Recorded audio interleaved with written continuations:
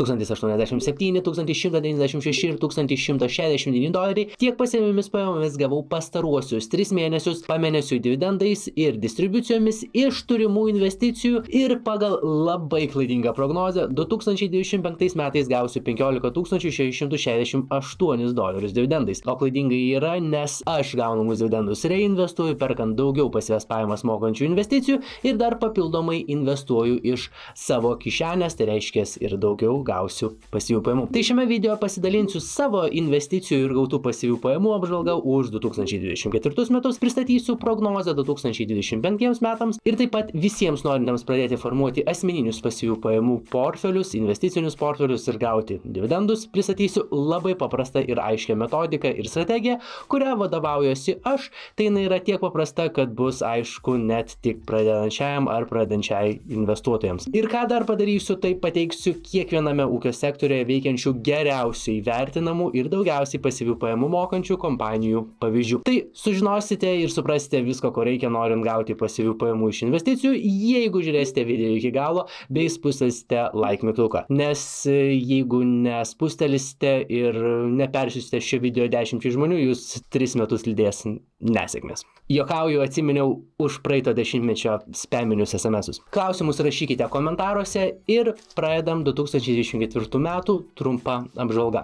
$8,430.91 ir lygiai $669 tiek pasiėmėmis pajamomis per 2024 metus viso gavau iš savo pagrindinio pasyvių pajamų portfelio ir iš kito pasyvių pajamų portfelio taikant dividend grab strategiją, kurios jau nebetaikau. Tai viso $9,096 ir 91 centas arba vidutiniškai $758 ir 70 centų per mėnesį pasyviomis pajamomis. Kiek tai yra procentinė išraiška nuo investuotos sumos pinigų pasakyti yra gan sudėtinga, nes metų bėgyje kito investicijų sąrašas, per metus esu pardavęs turimų investicijų už $5,290 ir įsigijęs naujų investicijų už $24,401. Tai jeigu skaičiuoti nuo sumos, kiek buvo suinvestuota 2024 metų gale, tai pasyviomis pajamomis gavau 19,42%, bet šiaip daugiau, nes metų pradžioje buvau suinvestavęs mažiau. Dabartinė prognozė 2025 metams yra kiekvieną mėnesį gauti vidutiniškai po $1,305,70 dividendais iš turimų investicijų, bet bus daugiau, nes vėlgi 2025 metų pradžioje suinvestuota suma pinigų bus mažesnė lyginant su 2025 metų gale suinvestuota pinigų suma. Nes aš dividendus reinvestuoju ir taipogi investuoju dar iš savo kišenės ir investuoju į investicijas, kurios taipogi moka dividendus. Tai jeigu investavimo ir pasyvių pajamų tema yra įdomi ir jums ir dar nesate spustelę subscribe mygtuko ir ant varpelio, spustelkite ir būsite tarp pirmųjų gaunančių naujausias investavimo idėjas ir apžvalgas. Tiek trumpai apie asmeninius rezultatus ir prognozes, dabar apie mano taikomą investavimo strategiją, kurią gan lengvai gali nukopijuoti kiekvienas, net naujokas. Ar naujokė. Pirma, apie pačią strategiją ir tuomet į kokias kompanijas po kiek investuoti taikant tą strategiją ir bendrai kaip investuoti. Pradžiai kokios yra pagrindinės metodikos strategijos formuojant dividendinį portfelį.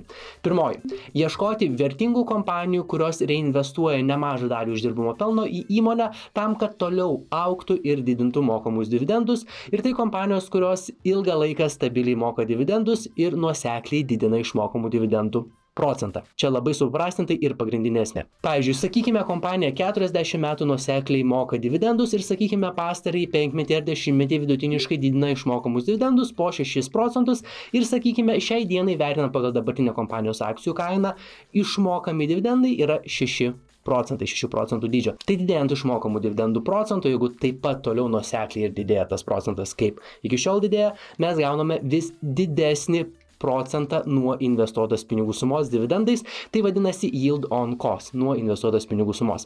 Dabar gauname per metus 6%, po 10 metų gautumėme 10% ir po 15 metų gautumėme 14%. Tai pirmoji strategija yra ieškoti kompanijų, kurios stabiliai mokės ir didins išmokamus dividendus. Ir kas be ko būtinai sekti tokių kompanijų ataskaitas ir naujienas, nes jos gali paimti ir nustoti mokėti dividendus. Tokia tikimybė yra gan nedidelė, bet pavyzdžiui, Disnėjaus kompanija po 10 metų artėjančių dividendų mokėjimo ir jų didinimo 2020 metais paėmė ir nusprendė nebemokėti kurį laiką dividendų. Dabar yra kiek ramiau, nes žinome, kad grįžo prie mokėjimo, tai iš tiesų mokėjo kurį laiką. Bet tuomet, kai nustojo mokėti ir nebuvo aišku, ar vėl pradės, daugam buvo smagu. Antroji strategija yra ieškoti gerai vertinamų kompanijų ir orientuotis į tas, kurios čia ir dabar išmoko daug dividendų, bet kurių akcijų vertės tikėtina augs kur kas mažiau negu anksčiau minėtų kompanijų. Ir ties čia daugam kyla pasimetimas ir dvejopas mintis, kurios buvo ir man, nes kažkaip nejauku pirkti investicijas, kurių vertė neauga arba nelabai auga, kažkaip nenatūraliai tai skamba ir atrodo. Bet taip yra tik iš pirmo žvilgsnio ir pamiršus, kokiu tikslu iš tiesų investuojame. Jeigu aš investuoju, kad čia ir dabar gauti daug pasyvių pajamų, man turi rūpėti tik pasyvios pajamos, ne potencialus akcijų vertės augimas, nes aš neperku šių investicijų su tikslu jas parduoti brangiau. Jeigu mano siekis būtų investicijų vertės augimas, investuočiau kokį growth ar technologijų fondą. Mano tikslas yra gauti čia ir dabar daug pasyvių pajamų, kurias reinvestuosiu plečiant savo dividendinį pasyvių pajamų portfelį ir didinsiu gaunamas pasyvias pajamas. Tai aš taip ir darau. Investuoju kompanijos, kurios čia ir dabar moka daug pasyvių pajamų. Tuos dividendus reinvestuoju, plėsdamas savo investicijų portfelį, visiškai atsiribojant nuo minčių parduoti pirktas investicijas brangiau nei pirkau. Nes pardavus investicijas nebegaučiau pasyvių pajamų. Tai vietoj to, kad dabar gauti 6 procentus, po 10 metų gauti 10 procentų ir po 15 metų gauti 14 procentų, aš čia ir dabar gaunu virš 10 procentų dividendais ir šiuos dividendus investuoju į kitas investicijas, kurios taipogi moka dividendus. Ir šiaip gerokai daugiau nei 10 procentų, prieš tai rodžiau skaičiavimus. Bet čia yra mano asmeninis pasirinkimas, kitiems tinkamesnė strategija yra arba gali būti pirkti šiandien mažai mokančias investicijas su lūkesčiu, kad dar ir jų kaina paaugs ir laukti, pakol tos investicijos mokės didesnį yield on cost. Dabar kur ir kiek investuoti, ir čia nėra investavimo rekomendacijos, čia yra teorija, kurią kiekvienas turėtų adaptuoti savo situacijai. Ir pakol aš pasakosiu šią teoriją, ekrane matysite kiekvieno ūkio sektoriaus šiuo metu geriausiai matematinės analizės modelio, profesionalių investuotojų ir Wall Street'o vertinimų ir daugiausiai dividendų išmokančių kompanijų pavyzdžius. Taigi teorija ir strategija, kuria vadovaujuosi aš. Turėti investicijų bent 5 skirtingose ūkio sektoriuose ir kiekviename ūkio sektoriuje suinvestuoti bent jau į 5 kompanijas. Ir ši strategijos dalis yra tinkama neatsižvelgiant, ar norima investuoti į kompanijos, kurios dabar moka mažiau dividendų, bet jos reguliariai ir daug didina, ar investuojant į kompanijos, kurios jų reguliariai nedidina, bet išmoka daug čia ir dabar. Tai pirmas žingsnis - išsirinkti 5 sektorius, kur norima bus investuoti, tada apsispręsti arba nusistatyti tikslą, kokio dydžio bus šis investicijų portfelis. Pavyzdžiui, mano pirminis tikslas dividendiniam portfeliui yra $100,000. Tai aš investuosiu po 20 000 į kiekvieną iš 5 sektorių ir kiekviename sektoriuje turėsiu bent jau po 5 skirtingas pozicijas. Ir ties čia atsiranda 3 scenarijai, kaip galimai atrodys investicijų supirkimas. Jeigu iškart turime visą sumą pinigų, kurią norime skirti investicijoms, darome namų darbus, ieškome geriausiai vertinimų kompanijų 5 ar daugiau sektoriuose ir perkame investicijas. Jeigu turime dalį pinigų planuojamam portfeliui, pavyzdžiui, planuojame turėti 50 000 portfelį ir šiuo metu turime 15 000, turime apsispręsti, kaip supirkinėsime investicijas. Ar pradedame nuo vieno sektoriaus ir judame prie kito, kai jų užpildome, ar pildome kiekvieno po truputėlį. Kad būtų paprasčiau įsivaizduoti, sakykime, turime 5 kibirus po 10 litrų. Tuščius kibirus ir turime juos pripildyti kompotų. Tai ar pildysime visus po truputį, ar pradedame nuo kairiausio ir niekur kitur nepilame, pakol nepripildom, ar pildom vėlgi visur po truputį. Ir trečia, jeigu neturime pradinės sumos pinigų investavimui, bet norime turėti, pavyzdžiui, 50 000 investicijose, vėlgi reikės apsispręsti, kokia seka pildysime kibirus ir atėjus laikui investuoti, ieškosime, kokios kompanijos tuo metu yra geriausiai vertinamas ir yra labiausiai mums priimtimas. Tai čia tiek teorijos ir geriausiai vertinimų kompanijų pavyzdžių. Jeigu nespėjote kokio pavyzdžio pamatyti, dėkite pauzę ir atsukite video atgal. Ir būtų smagu, jeigu šių pavyzdžių surinkimas pusteltumėte like mygtuką, bet visiškai jokios prievolės, taip tiesiog prisidėtumėte prie šio kanalo augimo. Dabar, kaip ką darau aš, tai šiame kontekste kaip kibirus pildau aš ir į ką be galo svarbu atkreipti dėmesį prieš darant savo pirmasias investicijas. Aš pradėjau kibirus pildyti lygiomis dalimis po lygiai, bet po to, kai nusprendžiau, kiek pakoreguoti savo strategiją ir pardaviau nemažą dalį investicijų, keičiant jas kitomis,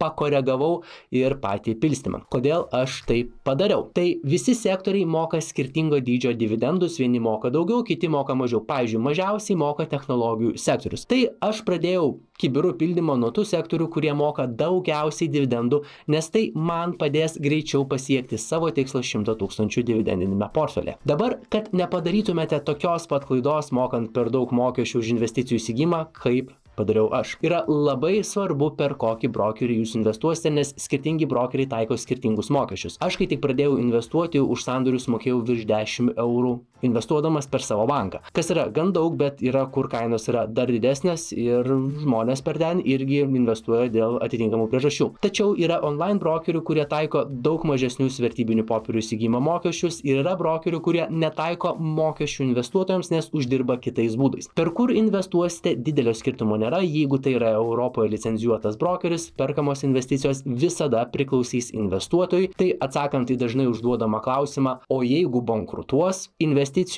bankrutuojant nenusineš, nes jos brokeriui nepriklauso, arba pats brokeris išdalins prieš užsidarant, prieš baigiant veiklą, arba bankroto administratoriai išdalins investicijas investuotojams. Tai klausimas, kokiu principu, būdu, ar investicijas kitur perves, ar pinigais. Tai kaip ir kur investuočiau aš? Jeigu turėčiau iškart visą sumą, pavyzdžiui, mano tikslas yra 50 000 portfelį ir dabar turiu 50 000, kuriuos galiu suinvestuoti, tai atsidaryčiau vertybinių popierių sąskaitą pas online brokerių, kurio mokesčiai man yra primtini, ir supirkčiau vertybinius popierius. Na, o jeigu neturėčiau iškart 50 000 ir investuočiau po truputį, investuočiau naudojant fractional shares. Tai fractional shares investavimą siūlantis brokeriai dėl kitokio veikimo ir pinigų uždirbimo sistemos netaiko investicijų įsigijimo ir pardavimo mokesčių. Didžioji dalis netaiko, yra kai kurie taiko tik kai kuriuose šalyse, o pavyzdžiui Lietuvoje netaiko ir panašiai. Ir per tokius brokerius gaunasi bendroje sumoje pigiau investuoti. Kuo skiriasi investavimas naudojant fractional shares nuo investavimo perkant vertybinius popierius ir kaip paprastai ir greitai atrodo pats investavimo procesas,